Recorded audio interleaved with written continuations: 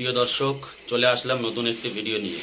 প্রিয় দর্শক, 2021 সালে আইএসএফ কোন কোন জায়গা থেকে জয়ী হতে পারে এবং ভালো রেজাল্ট করতে পারে, 2026 সালে বিধানসভা নির্বাচনে আইএসএফ কেমন রেজাল্ট করতে চলেছে, প্রিয় দর্শক এই বিষয় নিয়ে আজকের আলোচনা করব।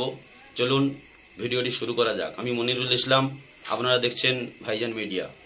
প্রিয় দর্শক, 2021 সালের মতো আইএসএফ যদি বামফ্রন্ট এবং কংগ্রেসের সাথে জোটবদ্ধ হয়ে নির্বাচনে লড়ে, তবে তাদের আসন সংখ্যা বাড়ার সম্ভাবনা থাকবে। এই জোট তৃণমূল বিরোধী, সংখ্যালঘু এবং ধর্মনিরপেক্ষ ভোটকে একত্রিত করতে সাহায্য করতে পারে। প্রিয় দর্শক, আসন ভাগাভাগি এবং জোটের বিশ্বাসযোগ্যতা এখানে বড় ভূমিকা পালন করবে। প্রিয় দর্শক, আর যদি আইএসএফ একা লড়াই করার সিদ্ধান্ত নেয়, তবে তাদের পক্ষে আসন জেতা অনেক কঠিন হবে। সেক্ষেত্রে তারা বেশ কিছু আসনে ভোট কাটার ভূমিকা পালন করতে পারে, যা তৃণমূল বা বিজেপির জেতার সমীকরণে প্রবাহিত করবে। প্রিয় দর্শক ও শ্রোতা মণ্ডলী, 2026 সালের আগে নতুন কোনো রাজনৈতিক সমীকরণ তৈরি হলে আইএসএফের ভূমিকাও বদলে যেতে পারে। প্রিয় দর্শক, চলুন আমরা দেখে নিই 2026 সালের বিধানসভা নির্বাচনে কোন কোন বিধানসভায় আইএসএফ জয়ী হতে চলেছে। প্রথম নম্বরে দক্ষিণ 24 পরগনার ভাঙড়। প্রিয় দর্শক, এটি আইএসএফের জেতা আসন এবং সবচেয়ে শক্তিশালী ঘাঁটি। নওশাদ সিদ্দিকীর নিজের কেন্দ্র হওয়ায় প্রিয় দর্শক এখানে তার বেশি জয়ী হওয়ার সম্ভাবনা রয়েছে। প্রিয় দর্শক ও শ্রোতা মণ্ডলী, দ্বিতীয় নম্বরে দক্ষিণ 24 পরগনার ক্যানিং পূর্ব। এই আসনে সংখ্যালঘু ভোটের হার অনেক বেশি। প্রিয় দর্শক, এবং তৃণমূলের গোষ্ঠীদ্বন্দ্ব রয়েছে বলে যেটা আমরা জানি।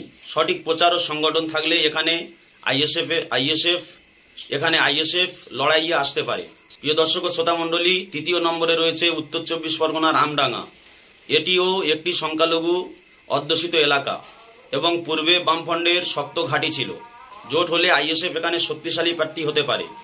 প্রিয় দর্শক, চতুর্থ নম্বরে রয়েছে উত্তর 24 পরগনার দেগঙ্গা বিধানসভা।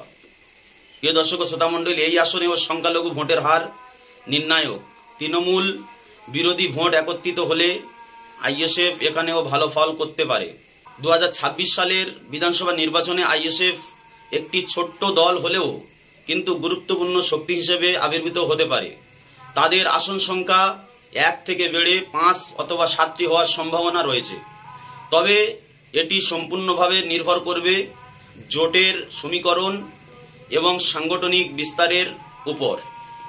যদি তারা শক্তিশালী জোট গঠন করতে পারে, প্রিয় দর্শক, এবং নওশাদ সিদ্দিকীর জনপ্রিয়তাকে কাজে লাগিয়ে সংগঠনকে মজবুত করতে পারে, তাহলে আইএসএফ বেশ কয়েকটি আসনে জয়ী হয়ে পশ্চিমবঙ্গ বিধানসভায় তাদের উপস্থিতি আরও শক্তিশালী হতে পারে।